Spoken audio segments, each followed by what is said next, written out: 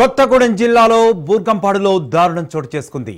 ఓ కన్న తండ్రి తన కన్న కూతురి పట్ల కర్కశంగా వ్యవహరించాడు.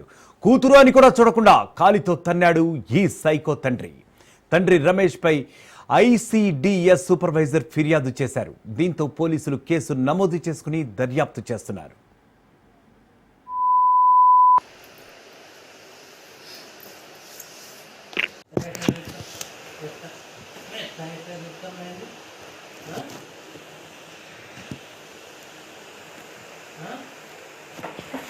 ఎందుకు కొడుతున్నావు రాము అని?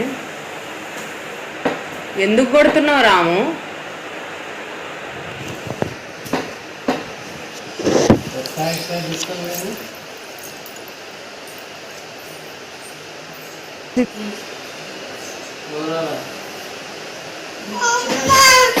కాళ్ళు నొప్పి